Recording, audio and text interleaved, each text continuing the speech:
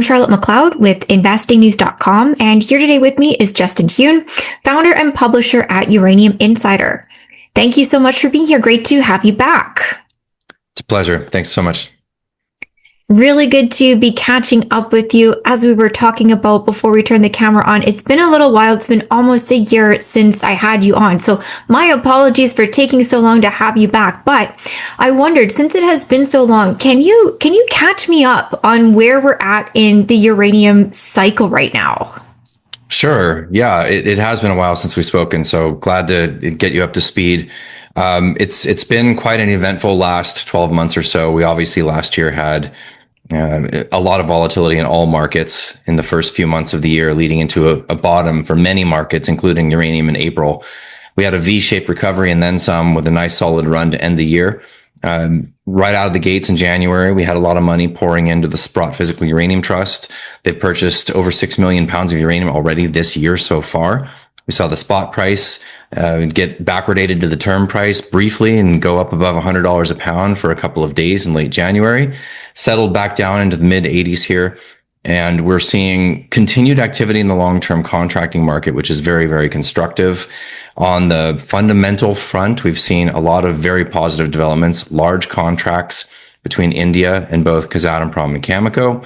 We've seen increased involvement on behalf of hyperscalers actually in the physical nuclear fuel market, which I think is quite notable.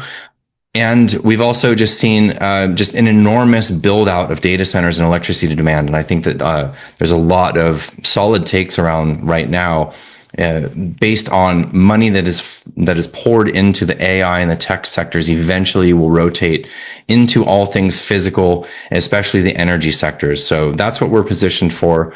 And right now we're seeing a pullback in the sector. We usually have, a 30+% pullback at least once a year, if not twice. We're in one of those right now.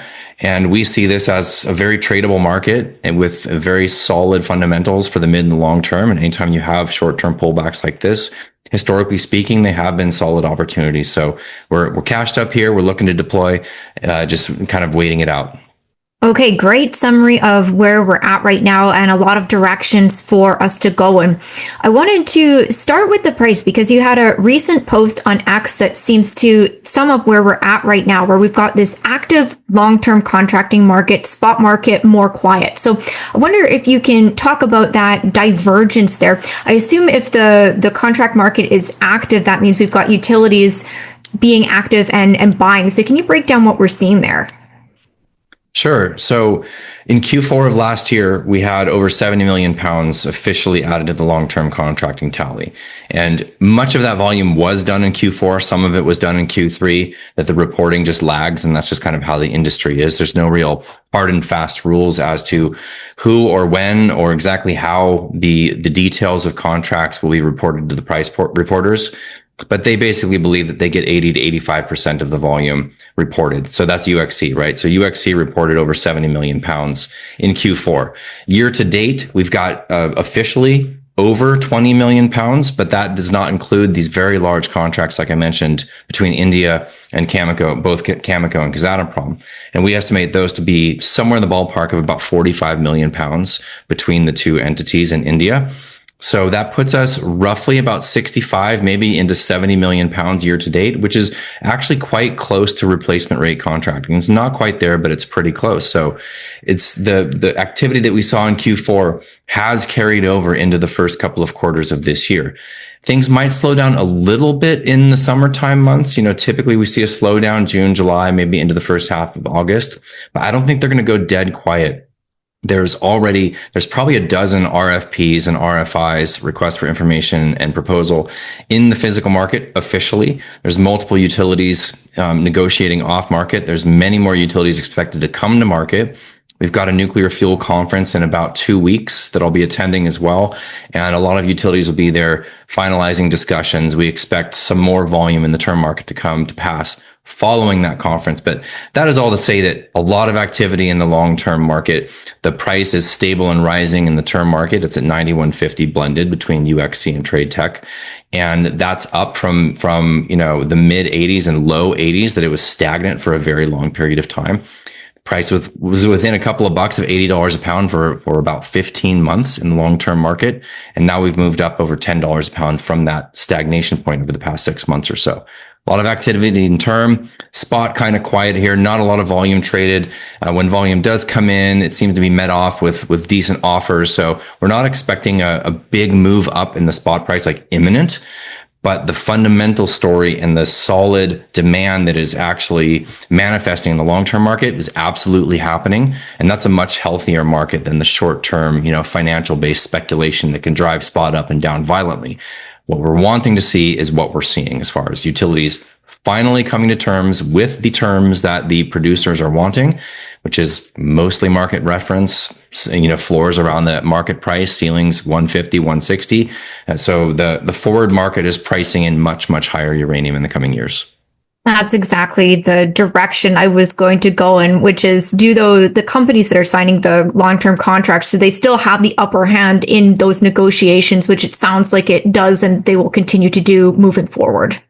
For sure. It's definitely a seller's market. I don't see that changing anytime soon. And the incumbent producers like Cameco, Orano, Rosatom to some extent, Uranium One, Kazatomprom, all of these entities, BHP, they're demanding much more of these market reference contracts. You have some traders that are getting offtakes from Uzbekistan and some of the brownfield restarts that are offering up base escalated contracts or majority base escalated, but that's a minority of the volume. So the bulk of it is on terms that really work for the producers, and importantly, the producers are wanting to capture as much upside as possible. And so floors around here with ceilings almost double where we're at here kind of shows you where the producers are expecting the price to go.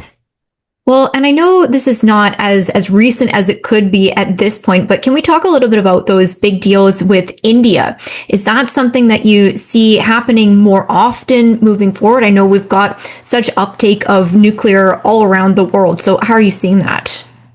Sure. Well, India historically has been very close to Russia in terms of getting energy resources from Russia, not just nuclear fuel. They have actual Russian VVER style reactors in India, in addition to India's own native heavy water reactor. Those are the two that are kind of in fleet mode, and both are still being built in the country right now.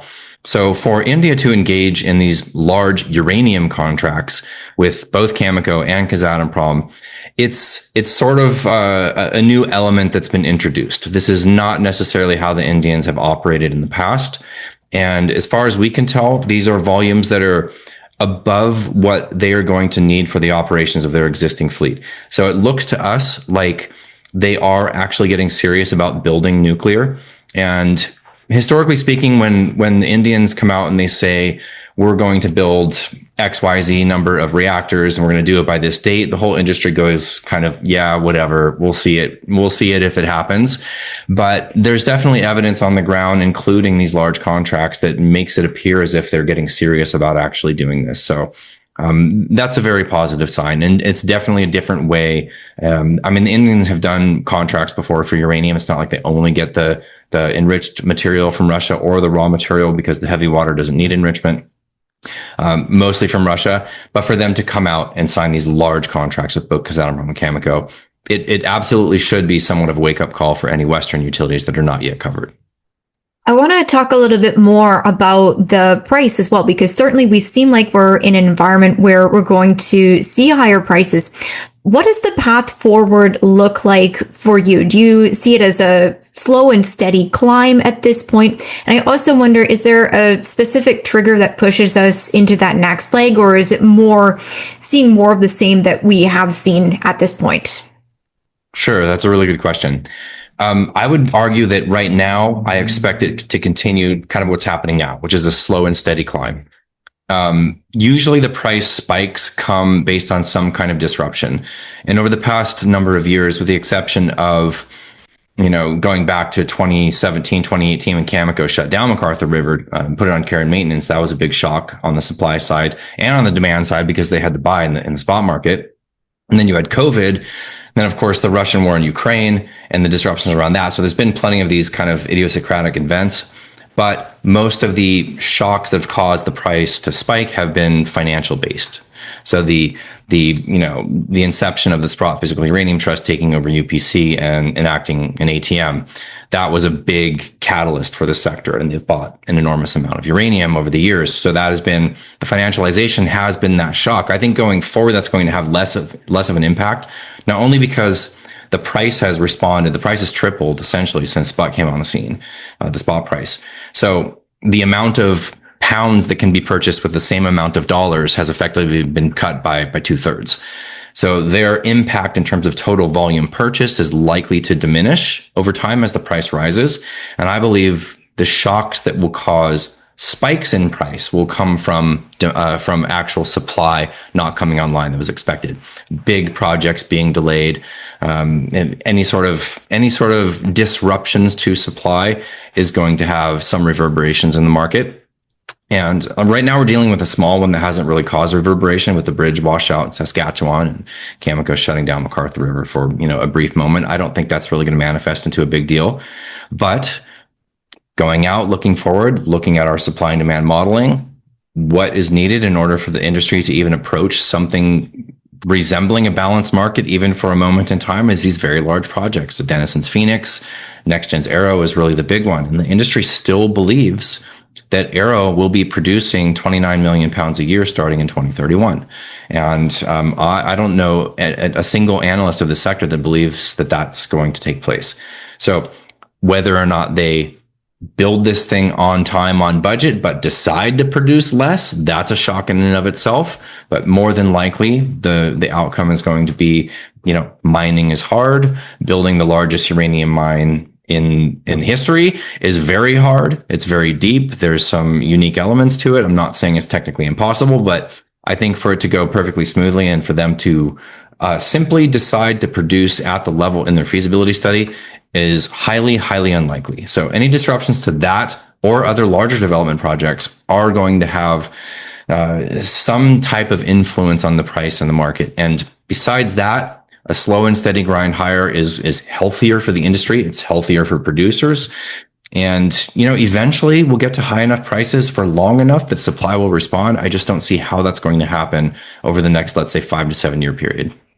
Right. I think definitely we all know that mining is hard. It's rare for things to go completely smoothly.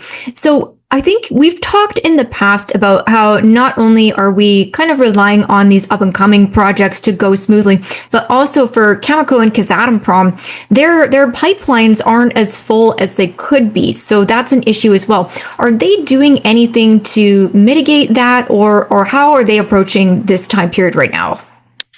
That's a really, really good question. And I would add to Cameco and Kazatomprom Orano, which I would argue has just as bad, if not a worse, pipeline issue, because Orano being state-owned and the French nuclear operators, EDF, also being state-owned.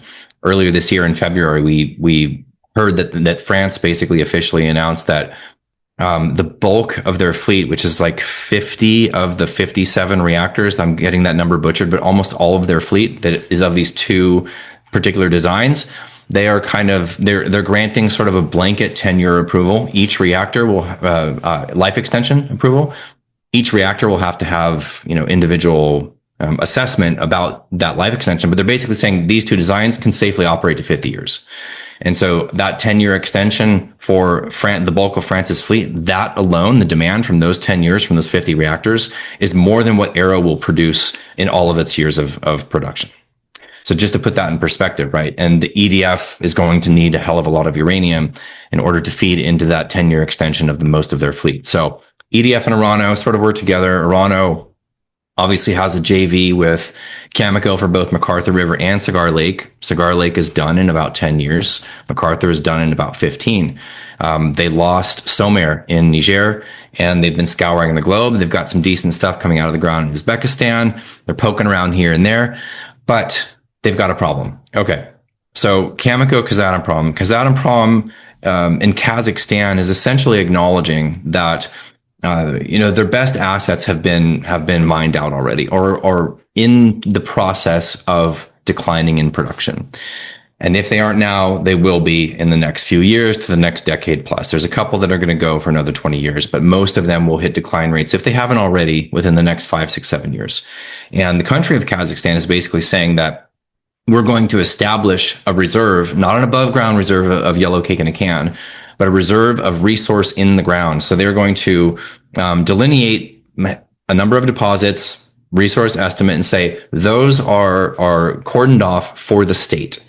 And that is so that they can build their own nuclear reactors and they will have fuel for the electricity in the country coming out of the country. So the state is saying, you guys are going to do this exploration. You're going to find more assets. Well, some of that we're going to carve out and we're going to keep for ourselves. That's not going to be for sale to the Chinese or anybody else for that matter.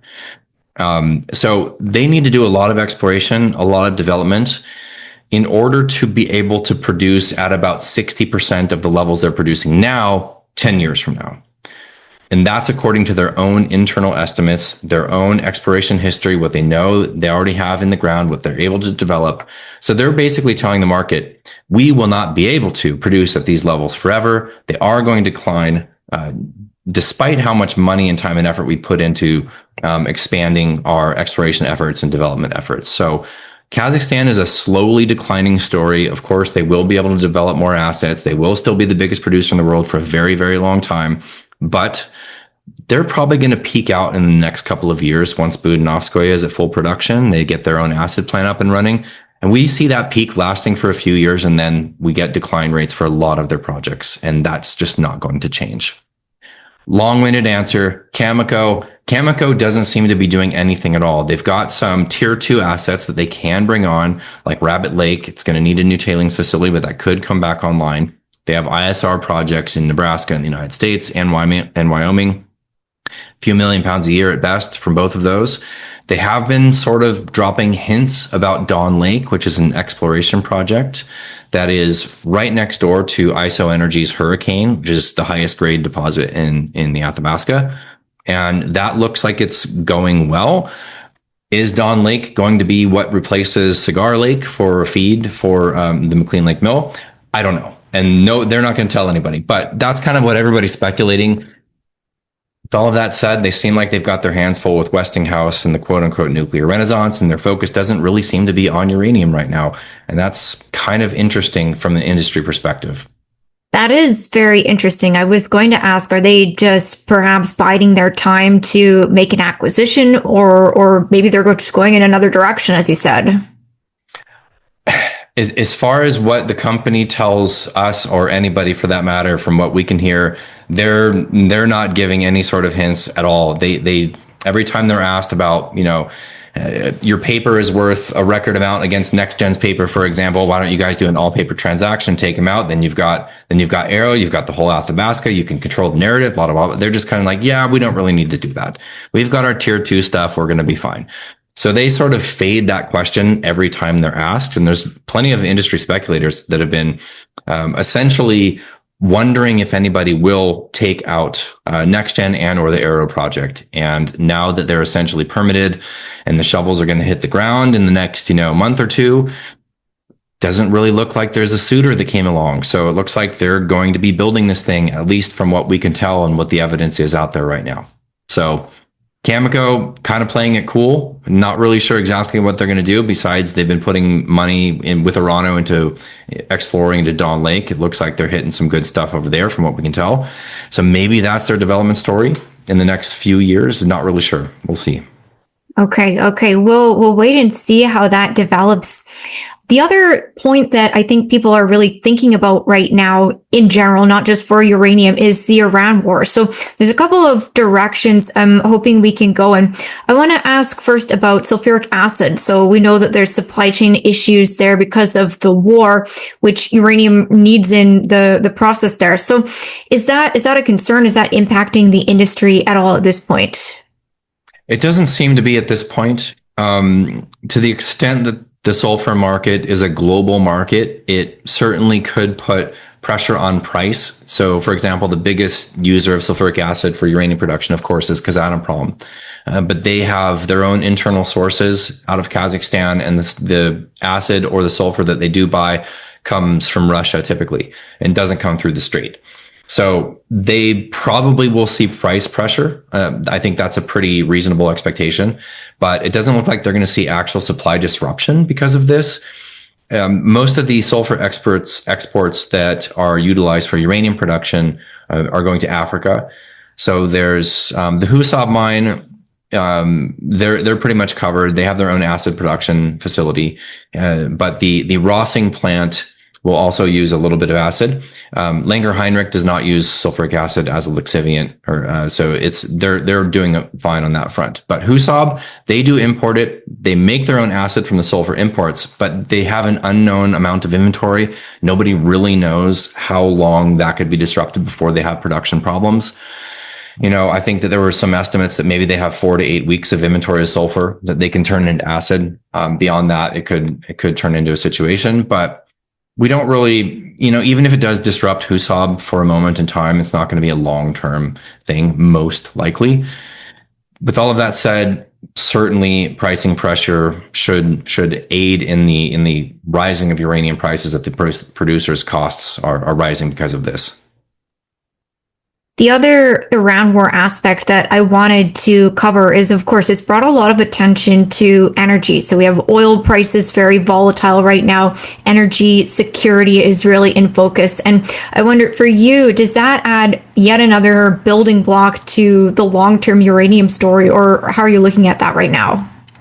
Sure. Yeah, I think it's definitely a tailwind. It's more of a long-term tailwind. So this kind of disruption is definitely highlighting how secure individual nations are with their sovereign energy policies and how reliant they are on imports. And this has made it ultra clear to every single nation how secure they are. And nuclear, of course, especially if you can store years of nuclear fuel on site, is ultimately secure more than any other energy source out there. And so this has put a fine point on that. I think we've seen some response. Obviously, the United States is self-sufficient when it comes to oil and gas, but we have seen a lot of moves in the United States towards building new nuclear, and that's very positive. Japan is trying to get things going a little bit faster than they have over the past few years in terms of restarts and possible new builds. But like I mentioned, France giving 10-year life extensions essentially to almost their entire fleet. Belgium, that just shut down reactors last year, is talking about buying the idled and the shuttered and the remaining couple of operating reactors that are being operated by the French, buying them from the French and having those Belgian-owned reactors, and then actually restarting a couple of the reactors that they shut down. So that's a total 180 for Belgium over the past couple of years, and that's very, very recent. But yeah, I think that this is certainly a tailwind. Will we see a response like the 70s oil crisis in terms of building nuclear, where we saw hundreds of reactors be built over the following 15 years? Not really sure. We've got 75 under construction right now. Will that accelerate in the coming years? I'd like to think so, but it's certainly a broader kind of non-specific and longer term tailwind for just general energy security. Absolutely. I think that makes a lot of sense. And so you mentioned all of these countries that are looking to increase their nuclear capacity right now. And at the beginning of the conversation, you were mentioning some of the reasons that they're doing that. For example, AI. And I think when we talked a year ago at this point, it was a little bit hard to quantify exactly what was going to be coming in terms of AI energy demand. Are we closer to that? How is that looking right now? Yeah, I would say over the past year, there's been plenty of skepticism about the pace of the build out of the data centers and the capacity of electricity that these data centers will be demanding. And I think at this point, there's not much evidence to suggest that that's going to slow down. So the build out has absolutely ramped essentially to the levels that were expected a year ago. It's growing so incredibly fast, and energy is a limiting factor. It's a limiting factor. It's not chips. It's not physical space to build the data centers. It's energy is the limiting factor to how quickly and how much capacity can be built right now. And so it's put a huge demand on gas turbines. It's put a huge demand on building solar panels and storage. And it's put a huge demand on the existing reactors. So all of the existing reactors, especially in the United States and other countries that are building a lot of data centers, but the US is the big one. The existing reactors are all getting life extended. They're all going to operate to 80 years. Maybe one exception would be Diablo Canyon, but that would only be for, political reasons. So they might shut that down. I still think that's going to get life extended going out to that 50, 60 year mark. Everything else is going to 80. And we're seeing those life extensions being granted in record time by the NRC. The Nuclear Regulatory Commission is taking public victory laps about how fast they're approving life extensions, how fast they're accepting new applications for new designs, and so the reform of the NRC has been phenomenal. So that demand is mainly a de-risking factor for the existing fleet more than anything, but it is equaling actual accelerated need for building these reactors. And so one important element of this that I think is worth pondering and considering is that we are now hearing multiple pieces of evidence that hyperscalers are getting directly involved in the fuel cycle. So this is not necessarily working with a nuclear utility or working with the government for that matter, but they are on their own volition contacting enrichers, contacting entities such as NextGen, interested in project finance, potentially in exchange for a uranium production offtake. And this is absolutely huge for multiple reasons. One, obviously, is that the nuclear utilities, which are the end user market for uranium that comes out of the ground, now could potentially have the deepest pocketed competitor possible for actual uranium coming out of the ground. And for even some of the uranium, let's say, for example, coming out of Arrow to be consumed by not to be named hyperscaler, should be concerning to utilities that they might have this competition. The second reason I think this is really important is these hyperscalers would not be going out and starting to seek sources of nuclear fuel if they weren't actually serious about owning and or potentially operating actual nuclear reactors. Because if you're just making a deal with a utility that is either already operating a reactor, like Microsoft and Constellation, for example, you're not out there in the fuel market. You're just making a power purchase agreement and an offtake of power for the next 10 or 20 years, and you're going to pay a price for that. They're going to deal with the fuel and the operations. You're just going to take the juice and run the data center. Why would a hyperscaler be out and calling up Centrus and saying, what is enrichment availability and enriched uranium looking like going out in the next 10 or 20 years? They wouldn't be calling up NextGen and saying, hey, maybe we can fork up $1 billion of project finance and get an offtake from this thing. That would only be happening if they are going to have a vested interest in the partial ownership and or partial operation of an actual reactor or multiple reactors to be operating data centers. So to me, the fact that they're out there in the physical market is evidence that they are serious. And this is really the biggest. I mentioned before the price spike scenarios are mainly caused likely by supply disruptions, and I still believe that. But on the demand side, I think there's a potential for SMRs especially to absolutely snowball once we have first of a kind and then second of a kind. And there's publicly known budgeting and cost and timeframes around the building of these things. Who knows how much demand could roll out and very, very quickly, relatively speaking, for SMR demand, especially if the hyperscalers are going to be writing the checks and making sure that this stuff is happening on schedules that they absolutely need to operate these data centers. So an extremely, extremely exciting time. That is very interesting. And so for these hyperscalers, if they're taking matters essentially into their own hands, do they have the expertise to be doing this, or is it more a matter of, well, they have the money so they can figure it out as they go? They definitely have been engaging with folks in the industry. So that is to say that some of the big tech companies actually have people on their payroll that understand nuclear energy and are going to be acting on their behalf to make sure that they have everything covered on that front. So yeah, and the biggest example to think about this would be Amazon, and Amazon, initially engaging with FedEx and UPS and whatever it might be, them not being able to meet their needs in terms of either pricing or volume. So they just created their own, their own shipping fleet, their own vans, their own trucks, their own airplanes, and they became their own shipper. Amazon, again, as another example, already has a project offtake deal with a copper producer in Arizona for actual raw copper for their data centers. So this is not something that's far-fetched. This is not a pie in the sky. I think it is already happening.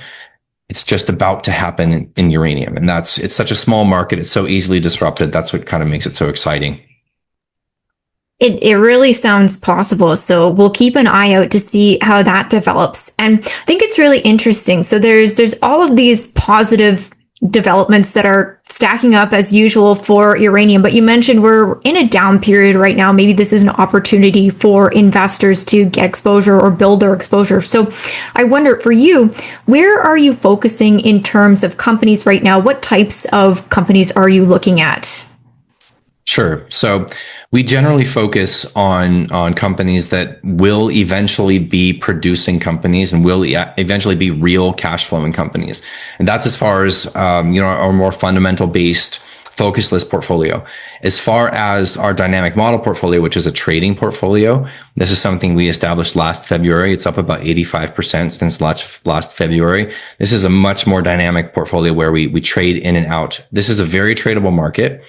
And over the years, we've had amazing success with trading when it comes to understanding the robust support on the fundamental side for the physical market for the mid and the long term. And when you have near term, short term pullbacks, you kind of know what to do. And it can be difficult to put money to work when the sector has pulled back, when the volatility is high, when sentiment is very, very poor. That's the time when you actually want to be buying. And it can be difficult to do that if you don't have a strong foundation and a strong outlook for what's coming in front of us. So you have to understand the physical market more than anything in order to have that conviction, in my personal opinion. So every single time that I've seen this, and this is what we do, is we track sentiment, we track the charts, especially the daily RSI, and then we track the physical market. And those are the biggest pieces of input that we have, and where those align will dictate our trades. So when sentiment is very high, when the physical market looks like it's peaking out or is not about to continue to run higher, and the RSI is high, that's typically a time to take some off the table, and vice versa. So right now, sentiment's pretty bad. It's not despondent like last March and April. It could get worse. So it's pretty bad. RSI is, mid to high 30s is bad, but it's not terribly oversold. And the spot price is kind of stagnant here. So we actually have a pretty good amount of cash in addition to a large positioning in physical. And so that's where we want to be. And that dynamic model portfolio has aided our membership in being able to profit from that volatility. So that's something that we implemented. We're actually very proud of those results. But looking at the volatile market, looking at this pullback, 100% the pullback that's happening now, I don't know how deep it's going to go, for how much longer it's going to last.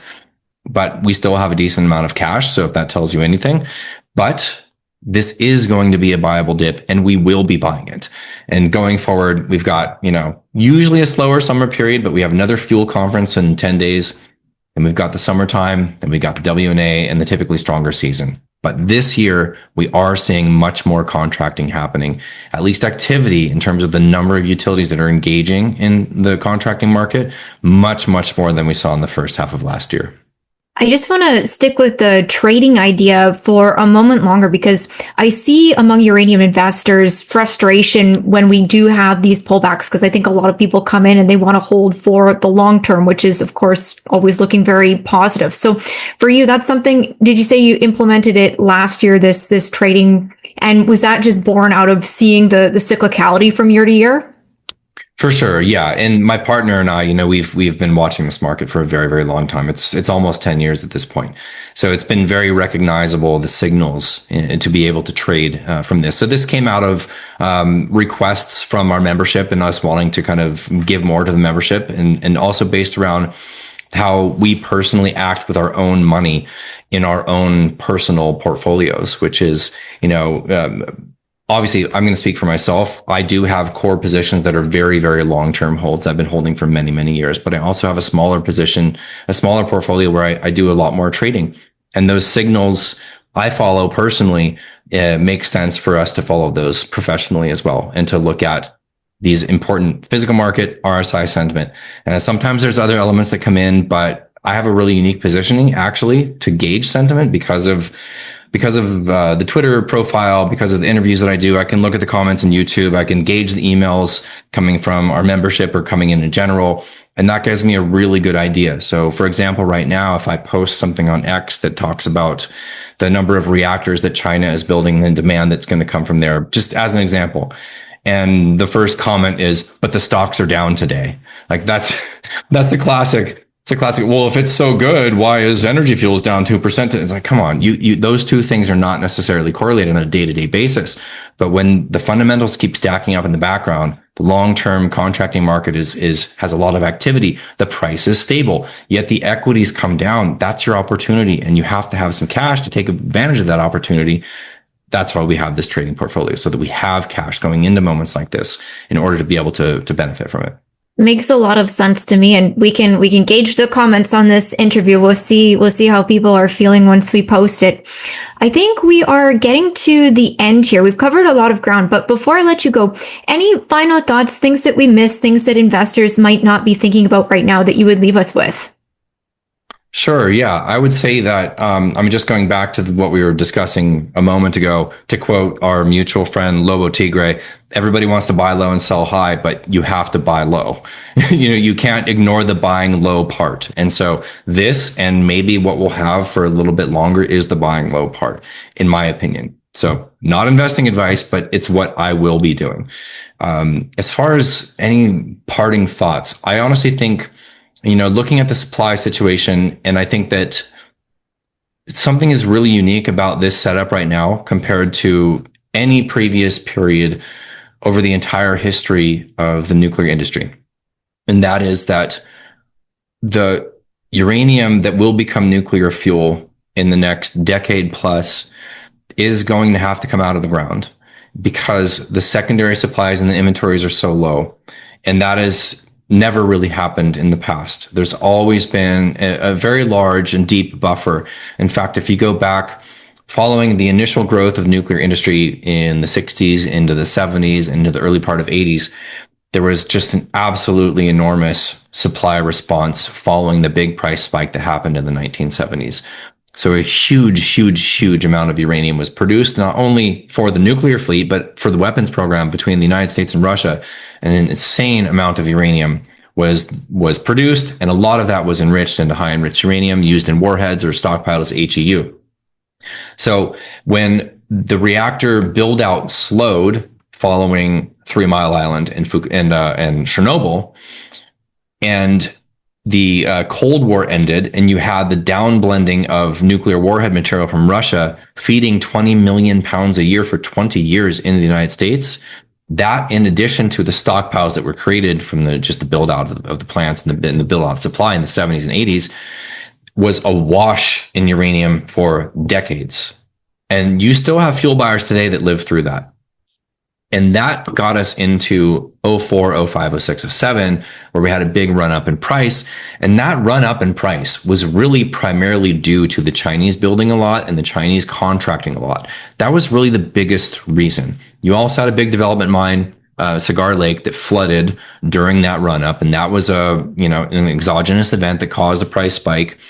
And you had financialization. You had hedge funds buying uranium, and you had Uranium Participation Corporation come in. So you had financialization plus large contracting, but you still had all of that secondary supply. You had megatons and megawatts plus enrichment underfeeding. You probably had 25, 30, maybe 35 million pounds of secondary supply, plus still very large commercial inventories, plus Kazatomprom ramping at an insane pace, going from nothing to 70 million pounds in the mid 2010s. That was an absolute gargantuan amount of supply. Then Fukushima, more inventory, more oversupply into a demand shocked market.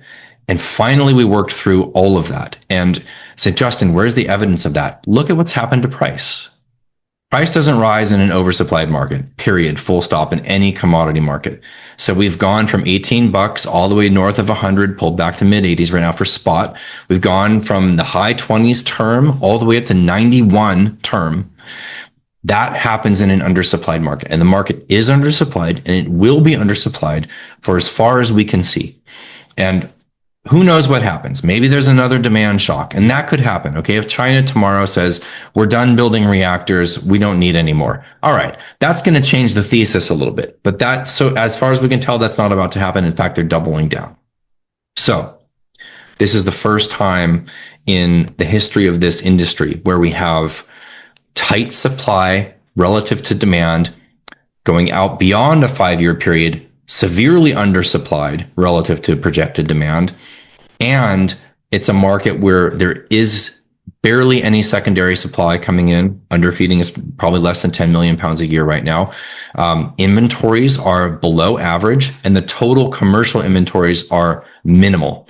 So the supply that the industry is going to need has to come out of the ground, and that has never happened before. So that's where we're at.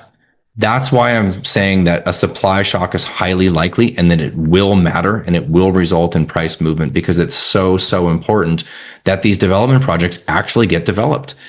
And that's really the last thing I'll leave you with, is that utilities really need to wake up to this, because and they seemingly are, right? We've got a lot of utilities right now engaging. Okay, the RFPs and the RFIs right now, they're in the physical market, smaller volume, but a lot of utilities kind of testing the waters and seeing what's out there, at how much volume, at what price can they get to cover off late 20s, early 30s.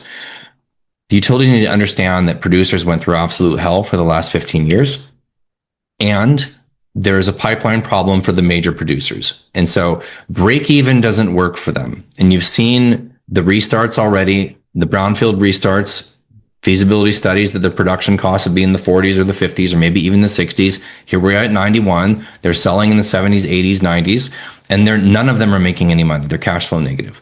So we need higher prices just for that reason alone.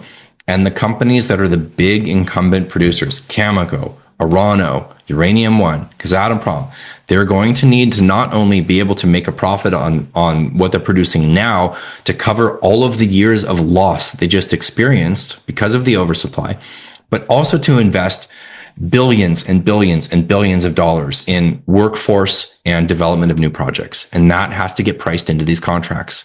So the industry is slowly understanding this, and the evidence is there in the physical market of that. And this is why I'm so confident the price needs to go higher. It just absolutely has to, in order for that to happen. Otherwise, the supply is just not going to be there, and we'll see even higher prices. So investing in that now is important, and the contracts are the only way that that's going to happen. Well, I think that's a great place to wrap it up. As always, a very comprehensive overview of what's going on in the market. So thank you so much, and I'll make sure to have you back on quicker next time. This was great. Anytime. Thanks a lot, Charlotte. Appreciate it. Of course. And once again, I'm Charlotte McLeod with investingnews.com, and this is Justin Huhn with Uranium Insider. Thank you for watching. If you like this video, make sure you hit the like button and subscribe to our channel. We'd also love to hear your thoughts, so leave us a comment below.